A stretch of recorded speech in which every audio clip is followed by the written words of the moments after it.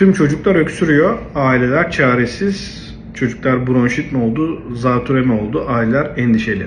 Şimdi çocuklardaki öksürüklerin çoğu aslında geniz akıntısına bağlı ve onun da bir kısım akciğere kaçması sonucu oluşan balgam sökme öksürükleri oluyor maalesef.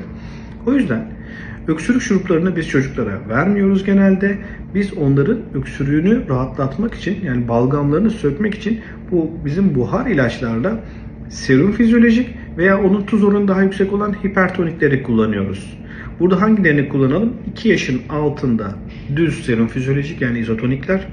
2 yaşın üzerinde %3'lük dediğimiz tuz oranı daha yüksek olanları kullanıyoruz. Ama bazen bu da yetmiyor. Ne yapalım peki? Balgam sökme süreci daha uzun süren veya çok olan çocuklarda, 2 yaşının üzerinde olan çocuklarda bu hipertonik serum fizyolojiklere ek olarak biz asist ampul dediğimiz balgam sökücü ve buhar olarak uyguladığımız bir ilacımız daha var. O yarım ampul asist ve üzerine de %3'lük hipertonik eklenip çocuğa günde 3 kez buhar olarak verildiğinde ve her buhardan sonra mutlaka bunu yapmalısınız.